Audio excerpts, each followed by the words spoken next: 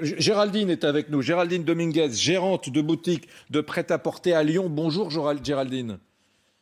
Bonjour. Voilà. Bonjour. Dites-moi, bon, déjà, où est-ce que vous en êtes, vous, les 5 boutiques que vous avez dans la région de Lyon? Où en êtes-vous?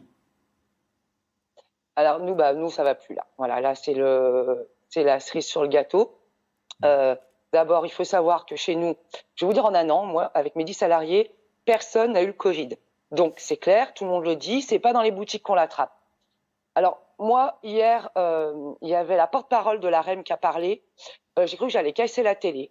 Parce que quand elle dit non, mais on ferme les magasins pour qu'il y ait moins d'interaction sociale dans les rues. Et quand on voit toute la journée, maintenant c'est open bar, hein, tout le monde peut se promener toute la journée, on va faire ce qu'on veut. En plus, là, dans une semaine, il enlève les 10 km. Comme ça, c'est parfait, les gens ils vont pouvoir partir pour le mois de mai. J'ai eu des amis hier au téléphone qui m'ont dit, mais moi, je me mets à ta place parce que moi, j'ai même pas l'impression d'être confinée, en fait. Donc, voilà, moi, le sentiment qu'on a, les commerçants, c'est qu'en fait, on sert d'excuses pour calmer les médecins, pour dire que Macron dit, bon allez, j'ai fermé les commerces pour vous calmer. Les médecins savent très bien que ça sert à rien, mais nous, on est fermés. Donc là, moi, j'ai des amis qui ont envoyé des petites culottes à M. Castex. J'ai trouvé leur idée géniale parce que du coup, on a fait parler de nous parce que plus personne parlait de nous. Et que par rapport à ce qu'a dit M. Attal, ce serait une possible réouverture le 15 mai, à condition que le virus circule pas trop dans nos régions. Donc ça veut dire que grosso modo, nous à Lyon, on est parti pour ouvrir au mois de juin. Bah là, c'est plus possible. Voilà. Moi là, je suis en train de vendre le magasin de Lyon parce que j'ai plus le choix. J'arrive. Je vous ai dit. Oui. Oh, on en a perdu Géraldine. Je vous ai entendu dire, elle a raison. Elle a raison sur quoi, Loïc Lefroy? Elle a raison sur le fait que ce n'est pas dans les magasins que l'on attrape le virus. On le sait. On sait grossièrement. Non, mais c'est ce qui est terrible. Elle va plus loin. Elle dit on est la variable d'ajustement. Pour calmer les médecins, absolument. Macron dit regardez, j'ai fermé les commerçants. C'est ça. C'est exactement ce qui s'est passé. C'est-à-dire on a voulu calmer les médecins ont fait peur. Ensuite, on a voulu calmer les médecins, on leur a dit voilà, on va faire les commerces, c'est bien, n'est-ce pas? Alors que c'était pas ça le sujet.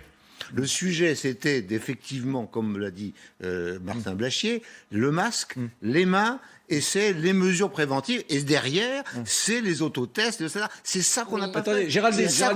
Géraldine, vous me disiez, quand on a été coupé à l'instant, que vous êtes en train de décider de la fermeture d'un de vos magasins à cause de la crise Covid. Vous le fermez? Vous le vendez? Moi, j'ai le choix. Je suis comme beaucoup de commerçantes, comme ces commerçantes en lingerie. On a des stocks. Alors, on pensait de fermer au mois de février. On a attendu pour se faire livrer les stocks le 15 mars. On a attendu au maximum. Et là, on nous annonce 10 jours après qu'on est fermé. J'ai plus le choix. Je m'en sors pas. On s'en sort pas. Il faut savoir que là, les décrets pour les aides du mois d'avril, ils sont même pas sortis. Donc, on va être payé fin mai, voire peut-être début juin. Mais vous faites comment? Imaginez-vous demain, à partir du 20 mars, vous avez 0 € qui rentre. D'accord? Et la prochaine fois que vous allez rentrer de l'argent, c'est quand, hypothétiquement, on va vous faire ouvrir, ou 2 mois après, quand vous allez recevoir 10 000 € d'aide, qui servent uniquement, je vous rappelle, pour payer les salaires, les loyers. Moi, je ne peux pas payer les stocks avec cette aide. Je paye 4 000 € sur 15 000 € à peu près de stock par mois. Donc, il en manque à chaque fois 13. 13 plus 13 plus 13, on est à 80 000 € de perte par magasin. Là, je ne peux plus. Je peux plus. Je ne peux plus, je ne tiens plus. Il faut je fais que pleurer.